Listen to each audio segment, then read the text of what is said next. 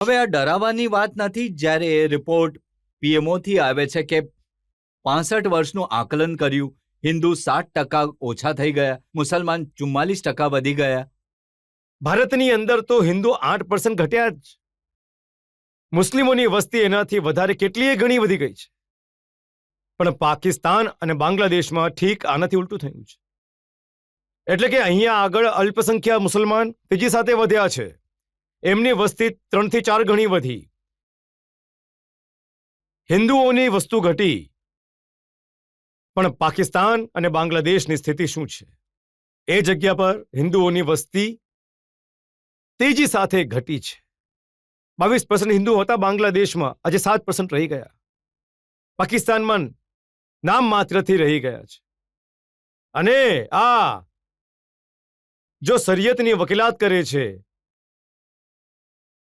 આ કઠમુલ્લાપણું જ્યાં સુધી દેશમાં ચાલતું રહે છે ત્યાં સુધી દેશ પ્રગતિ નહીં કરી શકે. આને રોકવું પડશે. તમે જુઓ, જો એ પીડિત માનવતા માટે ભારતીય જનતા પાર્ટી નેતૃત્વની મોદીજીની સરકાર સિટીઝનશીપ એમેન્ડમેન્ટ એક્ટ લઈને આવે છે, જેમાં ભારતના કોઈ પણ નાગરિકનું અહિત નથી થવાનું. પાકિસ્તાન, બાંગ્લાદેશ, અફઘાનિસ્તાનથી જે પીડિત હિન્દુ છે, બૌદ્ધ છે, જૈની છે, શીખ છે, ક્રિશ્ચિયન છે, પારસી છે,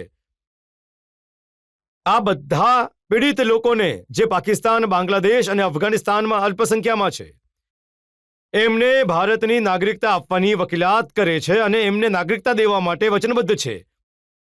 એનો આ લોકો વિરોધ કરે છે. ભારતમાં મહિના જામ રાખે છે, મહિના ઉગ્ર પ્રદર્શન કરે છે, તોડફોડ કરે છે, આગ લગાડવાનો પ્રયાસ કરે છે. આ માનસિકતા શું બતાવે છે? આ માનસિકતા બતાવે છે આમને માનવતાથી નહીં, આમને દેશથી નહીં, પોતાના ધર્મથી વધારે પ્રેમ છે. અને ધર્મને દેશની તુલનામાં તમે ઊંચો રાખવાનો પ્રયાસ કરશો તો નવું ભારત આને સ્વીકાર નહીં કરશે.